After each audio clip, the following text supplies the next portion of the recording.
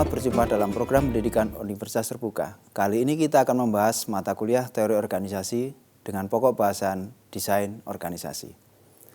Saudara, desain organisasi itu merupakan materi yang sangat penting di dalam teori organisasi.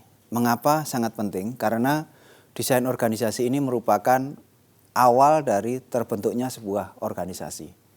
Jadi organisasi tidak dibentuk, tidak disusun begitu saja, tetapi melalui sebuah proses yang namanya mendesain organisasi. Nah, dalam bahasan ini kita akan membahas bagaimana kita melakukan desain organisasi atau langkah-langkah dalam mendesain organisasi dan faktor-faktor yang perlu dipertimbangkan ketika kita mendesain organisasi.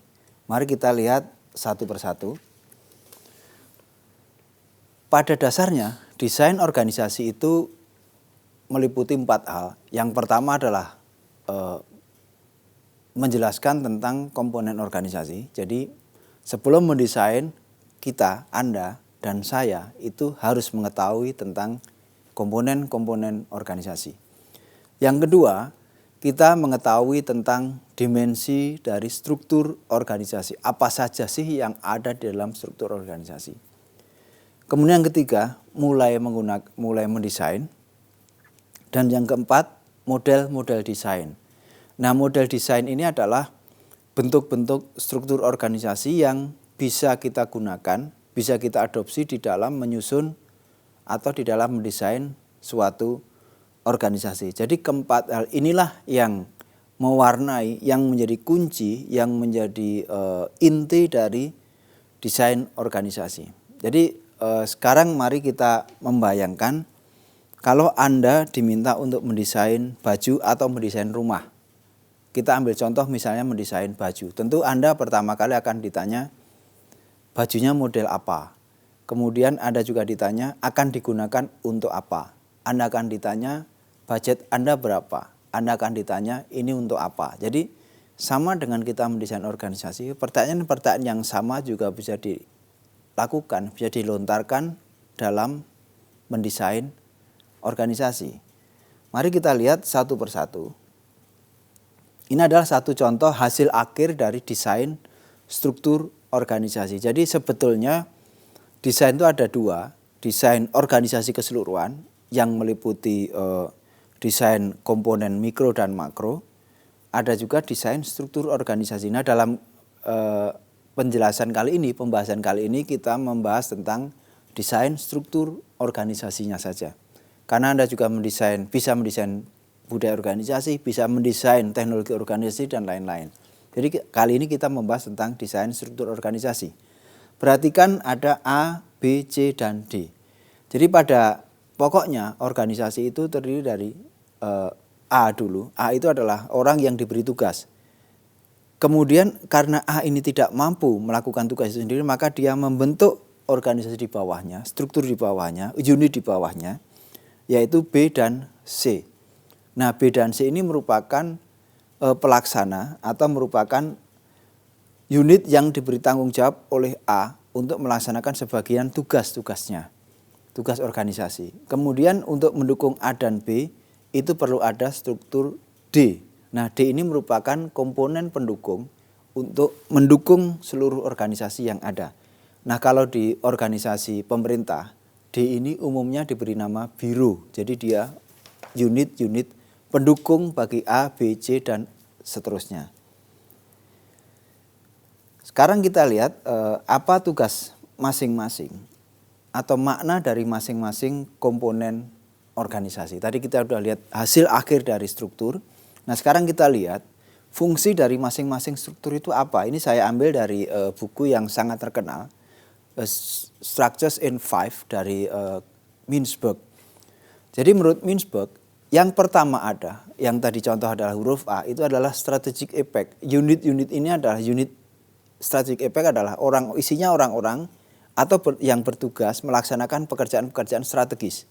Mengambil keputusan, misalnya melakukan negosiasi, melakukan perubahan organisasi itu diambil oleh kelompok yang ada dalam strategic effect. Kemudian ada unit-unit di bawahnya yang namanya middle line. Kelompok tengah ini bertujuan untuk menjembatani, bertugas untuk menjembatani kelompok yang ada di strategic effect dan di operating core. Nah, tentu sulit melaksanakan keputusan strategis kemudian dilaksanakan oleh operating core. Misalnya, pegawai bawah tentu tidak akan tahu bagaimana cara mencapai target 5%. Misalnya strategic effect mengatakan pencapaian target kita 5%. Nah, ini harus diurai. 5% itu misalnya dicapai berapa lama, jenis kerjanya apa dan lain-lain, itu diurai. Kemudian dioperasionalkan oleh middle line. Nah, middle line ini membuat keputusan-keputusan taktis kemudian dilaksanakan oleh operating core. Jadi middle line ini menjadi jembatan atau menerjemahkan keputusan-keputusan strategis menjadi keputusan-keputusan operasional. Nah, dalam melaksanakan ini tentu mereka memerlukan dukungan sumber daya, misalnya gedung, misalnya uang, misalnya mesin-mesin, misalnya teknologi. Mereka didukung oleh supporting staff. Nah, supporting staff inilah yang bertugas mendukung seluruh operasi dari organisasi. Nah, kemudian kadang-kadang juga organisasi memerlukan standar-standar, misalnya standar sasaran, standar sistem prosedur dan lain-lain. Itu technostructure, bagian inilah yang bertugas mengembangkan dan mengendalikan sistem dan prosedur kerja seluruh organisasi. Jadi ini yang mesti kita ketahui dari seluruh komponen organisasi sebelum kita mendesain organisasi. Jadi Anda sudah paham ya, ada 4 kelompok, strategic effect, kemudian technostructure dan supporting staff ada dalam satu kelompok, middle line dan operating core. Berikutnya tentang dimensi struktur, itu apa saja sih struktur itu gitu. Jadi kalau kita melihat struktur itu ada, yang pertama ada formalisasi. Nah, formalisasi itu adalah seberapa ketat, seberapa kuat sebuah pekerjaan itu diatur. Jadi ada yang diatur secara tertulis dengan ketat, ada juga yang cukup dengan saling pengertian antar keduanya. Kemudian spesialisasi. Nah, spesialisasi ini adalah merupakan hasil dari pembagian tugas di dalam organisasi. Jadi dalam bentuk tugas pokok dan fungsi spesialisasi ini. Kemudian standarisasi. Nah, ini standarisasi pekerjaan. Bagaimana cara melaksanakan pekerjaan? Ada prosedur dan sistemnya. Itu adalah merupakan standarisasi kerja. Kemudian ada hierarki dari authority. Jadi ada hierarki kekuasaan di dalam organisasi. Makin ke bawah kekuasaannya makin kecil. Kemudian berikutnya ada kompleksitas. Kompleksitas itu berapa rumit organisasi itu bekerja. Jadi kalau misalnya organisasi itu hanya kecil, pegawainya hanya 6, 7, kemudian lingkupnya hanya kecamatan, tentu organisasi itu tidak kompleks. Tapi kalau organisasi seluruh Indonesia, cakupannya, urusannya banyak, itu menjadi lebih kompleks. Jadi banyak sedikitnya urusan itu adalah akan menentukan kompleksitas organisasi. Kemudian ada sentralisasi. Nah, sentralisasi itu di mana titik keputusan itu diambil. Apakah setiap keputusan itu harus diambil oleh orang di puncak, ataukah setiap unit itu memiliki kewenangan untuk mengambil keputusan. Jadi ini berkaitan dengan sentralisasi. Kemudian profesionalisasi, profesionalisme itu adalah sampai berkaitan dengan SDM. Sejauh mana orang-orang itu dituntut untuk memiliki keterampilan dan etika di dalam bekerja. Lalu terakhir adalah personal ratio, berapa jumlah SDM yang tersedia untuk melaksanakan pekerjaan itu. Jadi ini berapa tadi? 8 ya, 8 komponen yang berkaitan dengan dimensi dari struktur. Jadi 8 ini mesti dikaji, 8 ini mesti dipertimbangkan ketika kita akan mendesain sebuah organisasi. Rumit memang, tetapi beginilah cara orang-orang mencapai keefektifan dari sebuah struktur organisasi. Nah, ada 3 hal yang akan saya jelaskan ketika kita memulai mendesain organisasi. Ada dasar desain, kemudian ada otoritas dan pengendalian, dan yang ketiga adalah spesialisasi dan koordinasi. Ketiga hal ini tadi sudah ada di dalam dimensi-dimensi struktur organisasi. Kita lihat satu persatu. Ketika kita bicara soal model desain, maka kita akan memiliki banyak model. Jadi paling tidak ada 5 model yang sekarang ini banyak digunakan. Ada model fungsional, ada model divisional, ada model geografis, ada model matriks, dan model network dan boundaryless organization. Kita lihat satu persatu dan kita lihat nanti apa bedanya. Struktur organisasi fungsional itu intinya adalah sebetulnya struktur organisasi yang titik beratnya ada pada kelompok-kelompok fungsional. Jadi pembagian kerja itu berdasarkan fungsinya. Jadi kita lihat struktur organisasi fungsional di sini ada kepala, kemudian ada sekretaris, kemudian ada operating core-nya itu adalah orang-orang yang berada dalam unit-unit fungsional. Jadi unit ini dibedakan berdasarkan fungsinya. Fungsi keuangan, fungsi SDM, dan fungsi pelayanan misalnya. Nah, ini banyak kita jumpai di dalam organisasi-organisasi publik dan organisasi yang masih sederhana. Keuntungan dari struktur fungsional ini adalah bahwa di dalamnya, di dalam fungsi ini akan diperoleh orang-orang yang ahli pada bidangnya. Ahli keuangan, ahli SDM, ahli pelayanan. Namun kelemahannya adalah seringkali struktur ini menghasilkan orang-orang yang bekerja dengan kacamata kuda. Orang keuangan hanya bicara keuangan saja. Orang SDM hanya SDM, pelayanan hanya pelayanan. Padahal mereka itu harus bersinergi untuk menghasilkan sebuah produk yang berkualitas. Nah, pelayanan tidak akan bagus kalau SDM-nya nggak bagus, keuangannya tidak lancar. Nah, ini satu bentuk kelemahan dari struktur organisasi fungsional. Berikutnya kita lihat adalah struktur divisional. Ini pengembangan yang lebih luas dari struktur fungsional. Divisional itu dibentuk kalau organisasinya besar, kemudian antar sistem teknisnya itu bisa dipisahkan. Kalau yang fungsional tadi antara keuangan dan SDM itu nggak bisa dipisahkan karena mereka dalam satu organisasi. Tetapi kalau divisional, antara mobil dan motor itu bisa dipisahkan dalam bentuk toko yang berbeda, kemudian organisasi yang berbeda. Nah, lalu layanan purna jual juga bisa dipisahkan. Jadi kalau organisasi itu secara teknis bisa dipisahkan, maka dia lebih cocok menggunakan struktur divisional. Jadi ada pengembangan untuk masing-masing divisi.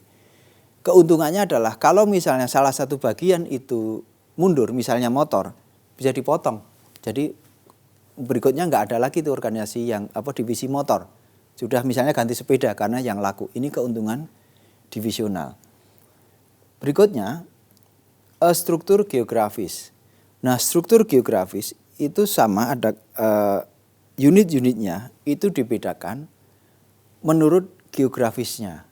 Kita ambil contoh di Indonesia, kabupaten-kabupaten itu adalah struktur divisi berdasarkan geografis.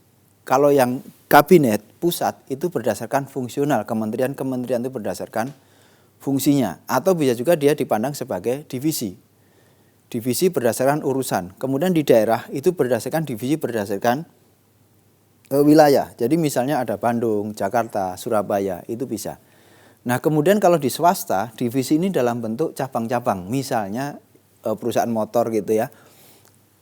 Cabang Jakarta, cabang Bandung, cabang Bogor, cabang Semarang gitu. Itu adalah bentuk struktur berdasarkan geografis. Berikutnya, struktur organisasi fungsional. Nah, di sini kalau sebuah organisasi fungsional itu menghadapi tekanan bahwa dia harus bersaing, yang kedua dia harus mengembangkan produk baru, dan sekaligus dia harus efisien, maka satu jalan keluar yang bisa diambil adalah mengubah struktur organisasi fungsional itu menjadi struktur organisasi matriks. Caranya dengan membentuk tim-tim kerja yang anggotanya diambilkan dari organisasi yang sudah ada, kemudian dalam satu tim-tim kerja khusus yang dikoordinir oleh satu ketua tim. Nah, sehingga nanti satu orang itu punya dua atasan. Yang satu atasan yang biasa ada, yang kedua adalah atasan karena timnya gitu. Jadi mereka akan punya dua tim.